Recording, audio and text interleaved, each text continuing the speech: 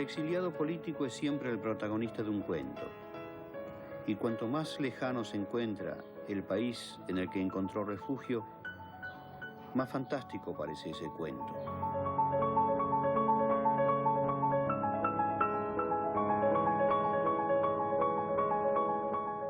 Ojalá que la naturaleza latinoamericana pueda seguir criando su fauna y su flora como cuando estaban sus habitantes naturales, quienes siempre estarán asomados vigilando desde costas, lagos y cordilleras para ver qué hacemos con su madre tierra. Mi recuerdo del cine como espectador fue cuando fui a ver como adolescente la película El Ángel Azul con Marlene Dietrich. Y desde aquel tiempo me enamoré de Marlene Dietrich. Qué actriz, cómo cantaba en El Ángel Azul.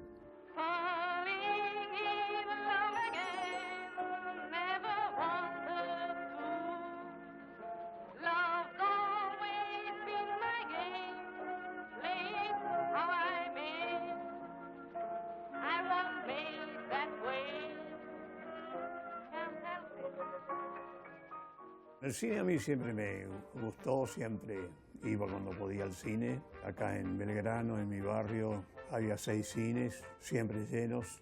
Las 2 películas argentinas que más me gustaron fueron La Guerra Gaucha y Prisioneros de la Tierra. La Guerra Gaucha está muy bien filmada y es la verdad histórica, y El Prisionero de la Tierra también, con los trabajadores del quebracho en Misiones y en el Chaco. Fueron 2 películas de avanzada en aquel tiempo. ¿Quién se atrevía a hacer la historia de los de abajo? Si hubiera sabido que el agua era para le habría hecho ahorrar el viaje. Amigos, desatado.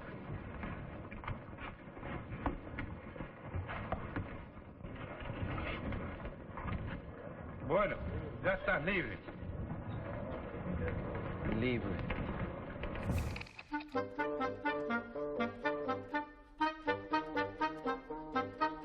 Yo estudié historia en la Universidad de Hamburgo, en Alemania, y me interesó hacer investigaciones históricas. Pero me propuse investigar los olvidados por la historia, aquellos héroes que fueron perseguidos, por ejemplo, tantos del movimiento obrero, verdaderos héroes. Y principalmente me interesaban mucho los anarquistas, que fueron los primeros que iniciaron acá la vida obrera en la Argentina, y que muy poco se habló de ellos. Y después, cuando empecé a ser escritor, empecé a escribir mis libros, dije: tengo que llevarlo al cine en lo posible, todos estos temas, porque son temas reales, absolutamente reales, históricos. Yo quería que mis temas se conocieran, y se iban a conocer más llevándolos al cine. Severino Di Giovanni, mi primer libro, lo tuvieron 5 directores y nunca fue permitida. ¿De qué te sirven tus anillos? Tu alfiler de corbata y tu aire de gran señor. Si estás enfrente de Francesco Donato, tu jefe indiscutible. Así que Don Chicho, Don Chicho. Vamos a hacer la cosa con tranquilidad. Vas a tener varias muertes, Luciano. Pero la muerte que los hombres de la mafia reservamos para los traidores. Me llamó Torre Nilsson, que en aquel tiempo era el director mejor que tenía la Argentina, el que había sacado más premios. Y me dijo: Bayer, yo leí su libro Severino Di Giovanni y si usted tiene un idioma cinematográfico. Así que yo quiero hacer la mafia, la historia de la mafia rosarina, y quisiera que usted me hiciera el guión. Lo hice al guión y no salí muy conforme de esa película porque no hizo la verdad histórica. Por ejemplo, cuando lo matan a Scarfo, el capo mafia lo mata a Scarfo, a uno de sus ayudantes, que era el novio de su hija, lo tiran en un basural. Andale, quedalo.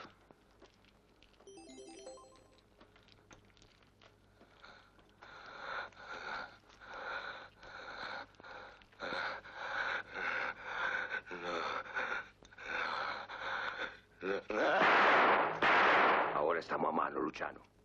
Cuando yo vi el estreno, lo tiran sí en el basural y de pronto aparecen 3 prostitutas caminando casi en punta de pies en el basural y ven que hay un cadáver ahí. Y una se acerca y dice: no está muerto, no está muerto. Entonces lo alzan entre todas, lo llevan al prostíbulo y lo salvan. Y entonces Scarfo continúa hasta el final de la película. Y yo me enojé mucho y Torre Nilsson me dijo, ¿qué le pasa, Bayer? Le digo, no es la verdad histórica. Además, yo nunca vi prostitutas en un basural. Y entonces él me miró y me dijo, es una escena feérica. Bueno, yo tuve que ir a buscar en el diccionario que era feérica. Es una escena de hadas. Entonces dice, porque usted me lo mata a Alfredo Alcón, que hacía de Escarfó, en medio de la película. Y la gente no va a ver las películas de Torre Nilsson. La gente va a ver las películas de Alfredo Alcón, y tengo que dejarlo hasta el final. Bueno, eso lo hice resucitar, y me sonrió. Digo, está bien, bueno. Así que es una escena feérica. Acá se denuncian los atropellos de los malos patrones. ¿Y saben lo que tienen que hacer?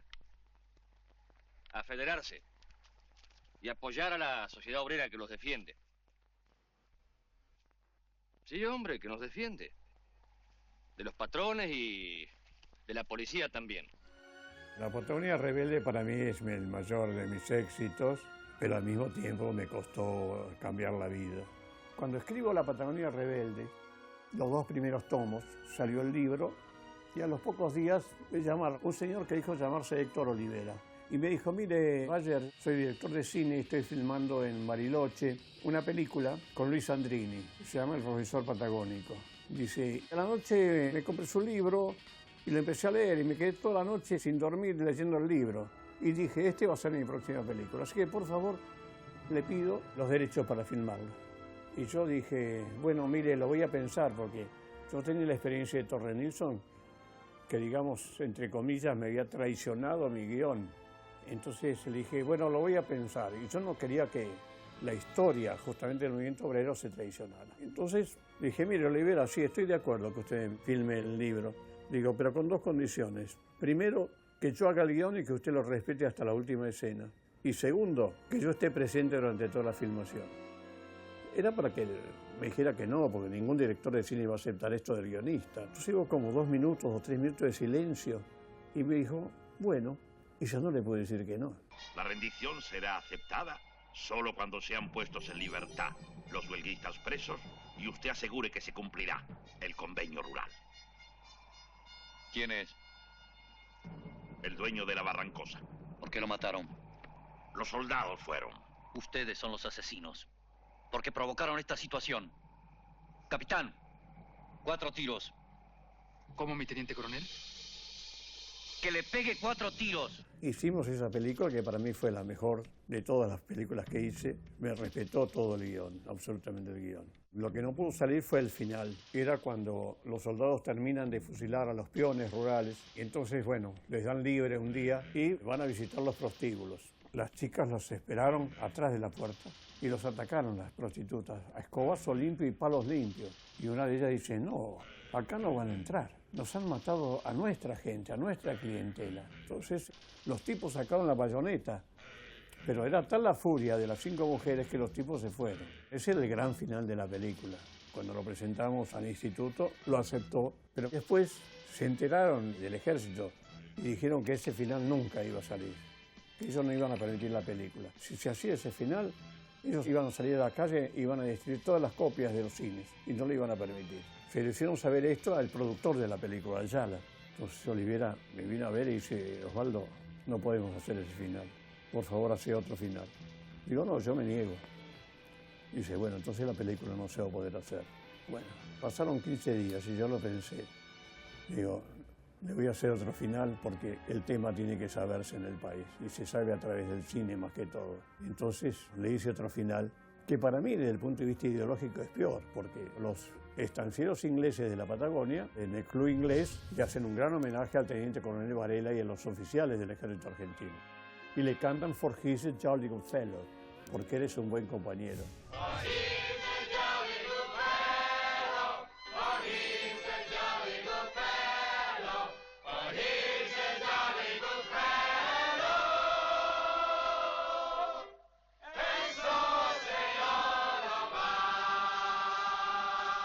Denota a quién sirvió el ejército en esa campaña, a los estancieros ingleses. Y ese final lo aceptaron. Le interesaba más el machismo, que menos lo rechacen las prostitutas. Bueno, la película fue un éxito. Y después fue prohibida por el gobierno de Isabel Perón y estuvo 10 años prohibida. Y mis libros, La Patagonia Rebelde, fueron quemados por la dictadura. Y por esa película y mis libros fui condenado a muerte por las 3A en tiempo de Isabel Perón. El parte de las 3A de López Rega se conocía a través de los diarios. Y ahí leí que me daban 24 horas para dejar el país, porque si no me condenaban a muerte. Entonces dije, mejor que me vaya al exilio y allá poder escribir y poder denunciarlo de la dictadura. Bueno, y me refugié en la embajada alemana y me sacó la embajada alemana.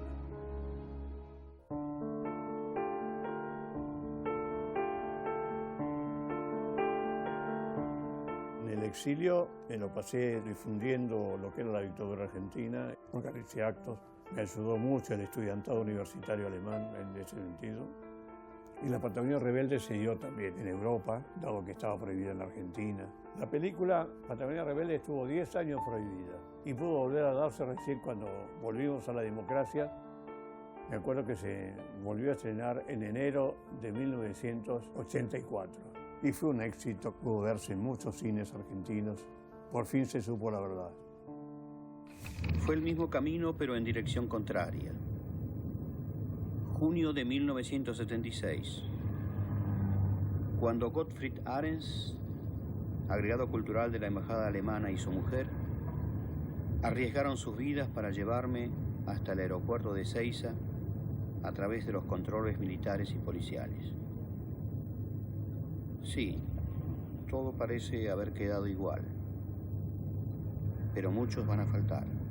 El film Cuarentena, Exilio y Regreso se llama también. Había un estudiante de cine argentino, nacido en Bariloche, Carlos Echeverría, que se había recibido en cine en Alemania y presentó ese proyecto de filmar mi regreso. La televisión alemana lo tomó, financió todo el film.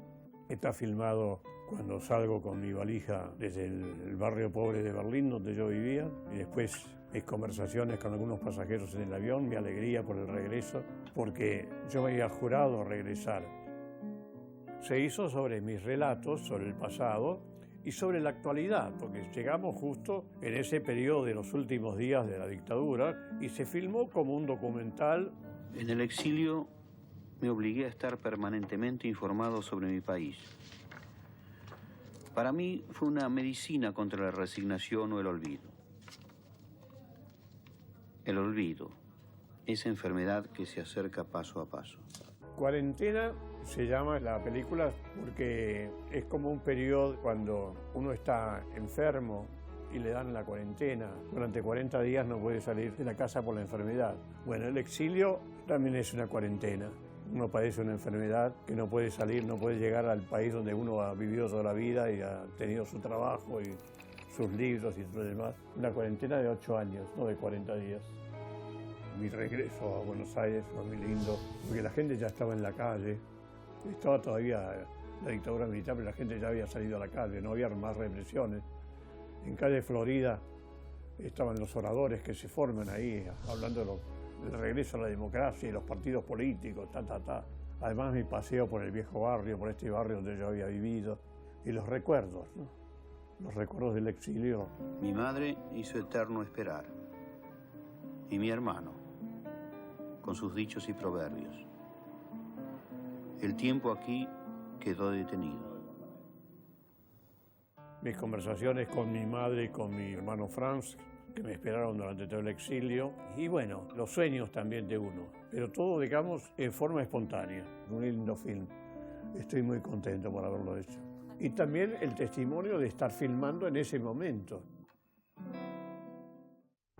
Mientras que otros queridos amigos como Rodolfo Walsh, como el Paco Urondo, como Haroldo Conti no pudieron ver este éxito. Mis queridos amigos muertos por la dictadura.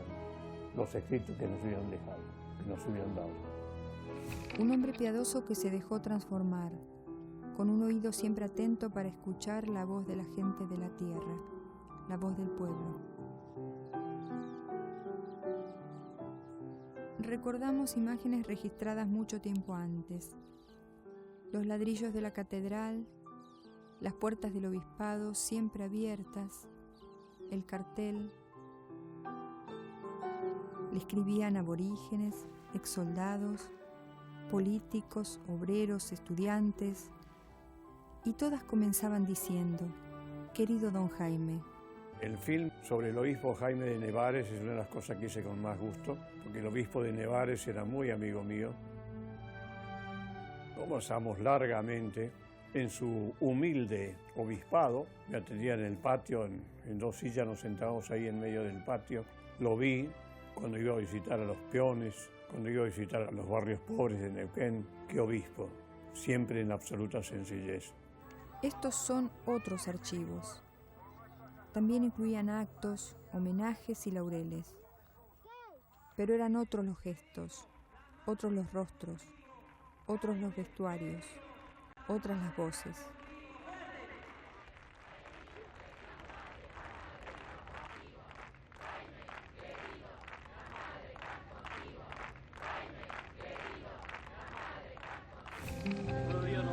¿Cómo le va? Le damos la bienvenida al Pablo Jaramillo, el Pablo Facón Grande. Muy contento de tenerlo con usted y ojalá que tengan un buen día. Tuve que irme del país durante 8 años por haber escrito esos libros al exilio y ahora esta tierra me recibe así. La vuelta de Osvaldo Bayer fue dirigida por Eduardo Anguita, fue hecho por Canal 7 y fue mi regreso a la Patagonia 40 años después. Voy a visitar todos los lugares que yo investigué, las tumbas masivas que yo descubrí y también viejos testimonios que todavía de viejitos que vivían. Yo voy señalando los lugares a donde vamos, haciendo las preguntas, los reportajes a los viejos, describiendo los hechos. Así que es una especie de documental. Y es una película que me dio muchísima alegría. Nuestros compatriotas, los pueblos originarios, tienen una cultura milenaria.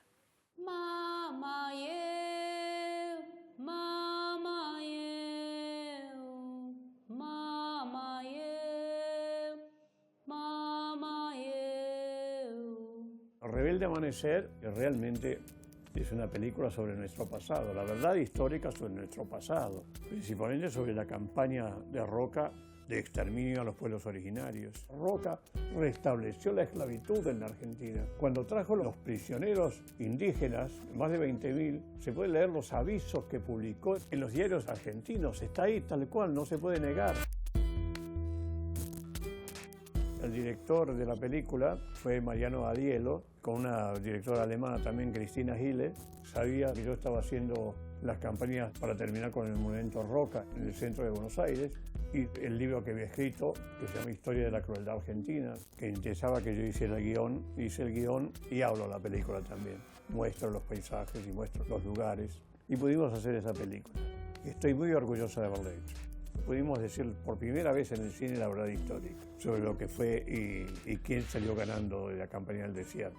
Quienes trazaron estos planes y los ejecutaron, hoy se los recuerda con calles, con monumentos, con avenidas.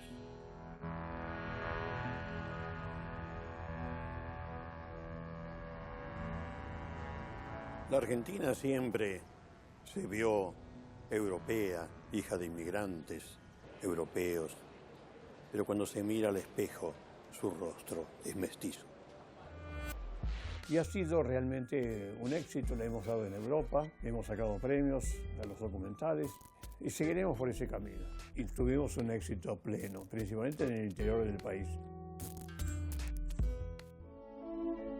El cine para mí, los filmes, tienen tanta importancia como mis libros. Le agradezco a los directores de cine, porque hay un público que no ha leído el libro, pero vio la película. En el guión yo utilizo la verdad histórica. Cada escena lo puedo mostrar con un documento histórico, con una crónica de diario o con un testimonio cuando todavía hay testigos. Escribir un guión de cine es como hacer una obra de dramaturgia en teatro, pero con mucho más escenarios. Uno tiene más libertades. En el cine uno puede moverse, ir en la historia, mostrar documentos, mostrar caras. Se pueden hacer tantas cosas en cine. Y se han hecho cosas maravillosas.